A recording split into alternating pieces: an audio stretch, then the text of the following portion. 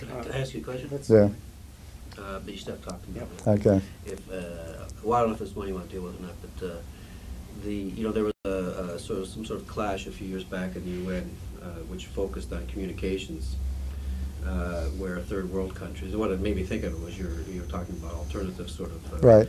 things for minorities and so forth in the U.S., where you had the third world talking about a conspiracy by the communicators, and frankly they were fed up with it and they weren't going to deal with it, and it led to a crisis in the UN where the U.S. was holding back payments and so forth based Right. on. They sort of flattened that out, and I guess the question becomes, that's not going to go away. Like the builders of these images and the message are going to continue to be the networks. Right.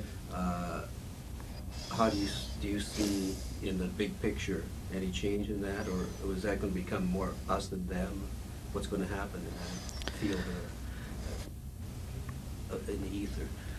Okay, Joe, I think the final thing that I would like to talk about is the need to integrate not only a multi-perspectival approach to the theory, to the critique of popular culture, but also to merge studies in popular culture analysis with mass communication.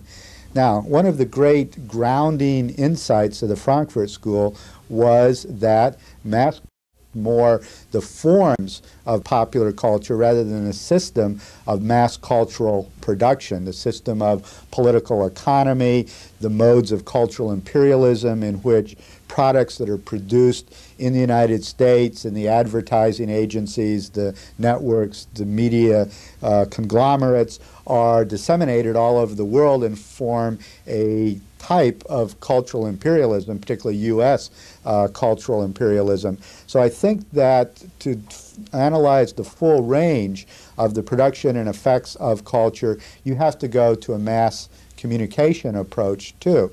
And this brings in a lot of political issues that I think are essential to a political analysis of mass culture and mass communications. For instance, in the United Nations several years ago, UNESCO tried to oppose this cultural imperialism by the U.S. so that countries could control their satellite communications, their national media networks, so that a certain percentage of products would be controlled by the people in the country, so that, for instance, Canada or France would produce a certain percentage of their television or radio or film production, so you wouldn't have your market flooded with the products from the United States. Now, the United States fought this. They wanted open skies, open markets, no quota as an entry ticket for cultural imperialism and domination, because UNESCO was dominated by countries that wanted to block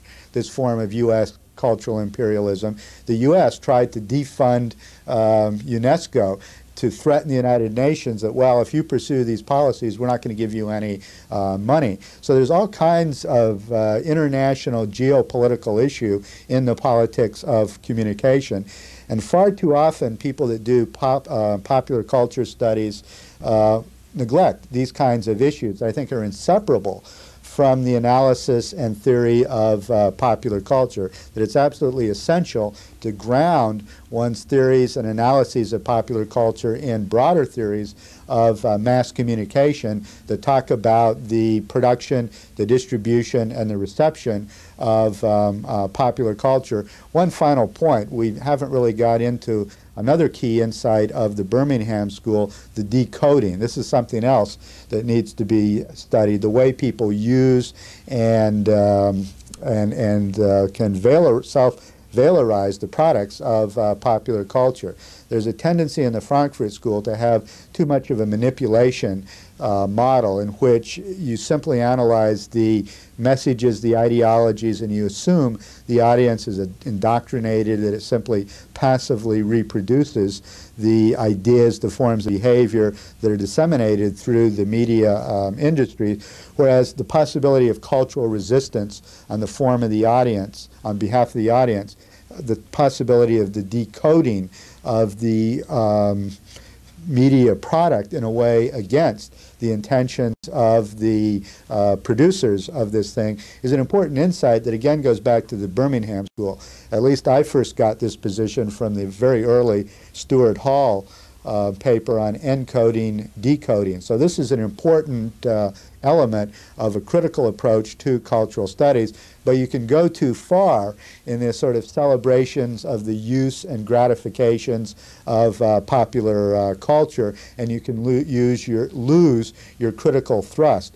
Certain theorists, I think, have gone too far in that direction, overreacting against the Frankfurt School and over-exaggerating the extent to which individuals can decode in their own autonomous ways that makes popular culture thus more harmless and just simply more fun and less potent than it was in some of these other theories. You mentioned fun and pleasure. The importance of popular culture as being the site of fun and pleasure. I mean, the power of popular culture is indeed that, is it not? Right, but you know, wife beating may be fun, fascism is fun, torture and murder may be fun for sadists. That valorizing popular culture as good per se, simply because it produces pleasure, I think is the worst approach to popular culture. That goes back to an early bourgeois theorist by this guy Stevenson of uses, gratifications, pleasures of popular culture. You need to distinguish between sort of good and bad pleasures.